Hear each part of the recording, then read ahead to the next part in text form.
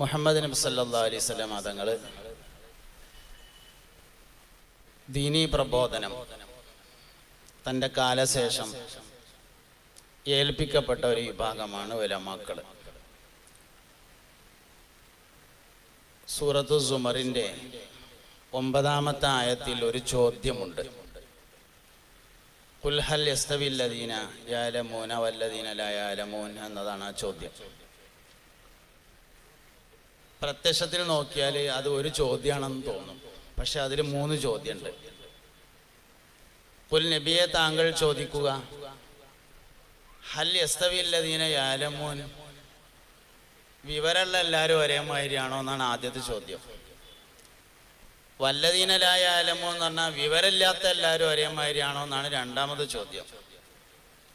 3-ാമത്തെ ചോദ്യമാണ് വിവരമുള്ളവരും വിവരമില്ലാത്തവരും ഒരേ മാതിരിയാണോ എന്ന ചോദ്യം. അങ്ങനെ 3 ചോദ്യം അതിലുണ്ട്.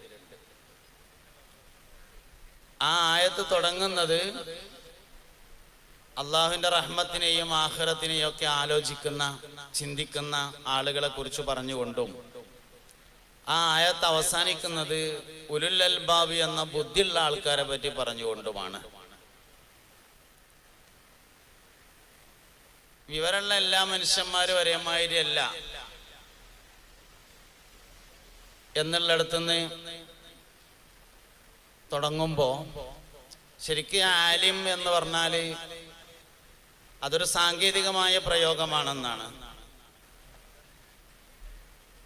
എല്ലാ വിവരമുള്ള ആൾക്കാർക്കും ആലിം എന്ന് പറയില്ല എന്നാണ്. ഇപ്പൊ ഡ്രൈവിംഗ് ഒരു വിവരം തന്നെയാണ്, പക്ഷെ ഡ്രൈവിംഗ് അറിയുന്ന ആളെ ആലിം എന്ന് പറയില്ലല്ലോ. കൃഷി എന്ന് പറയുന്നത് ഒരു വിവരാണ്, കർഷകനെ ആലിം എന്ന് പറയില്ല.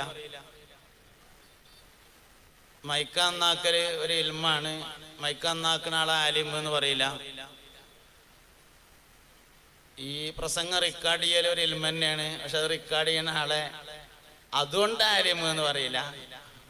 ആലിം എന്ന് പറയണമെങ്കിൽ വേറെ കാരണം ഉണ്ടായിരിക്കണം. അപ്പൊ ആലിം എന്ന് പറഞ്ഞത് ഒരു സാങ്കേതികമായ പ്രയോഗമാണ്. ഇൽമ് അതിൻ്റെ അസ്ലിലേക്ക് ചേരുക എന്നുള്ളത് വലിയ മഹത്വമുള്ളതാണ് എന്നാണ്. അതായത് ബിസിനസ്സുകാരൻ്റെ മകൻ ബിസിനസ്സുകാരനായാൽ അതിന് 10 മാറ്റുണ്ടാവും. ഹാഫിദിന്റെ മകൻ ഹാഫിദായാൽ അതിന് മാറ്റ് കൂടുതലുണ്ടാവും. ആലിമിന്റെ മകൻ ആലിമായാൽ അതിന് പവിത്രത വളരെ കൂടുതലുണ്ടായിരിക്കും. അതിനാണ് ഇൽമ് അതിൻ്റെ അഹ്ലിലേക്ക് ചേർക്കുക, ഇൽമ് അതിൻ്റെ അസ്ലിലേക്ക് ചേരുക എന്നെല്ലാം പറയുന്നത്. ഇൽമ് അതിൻ്റെ അസ്ലിലേക്ക് ചേർന്ന ആളാണ് മഹാനായ ശംസുൽ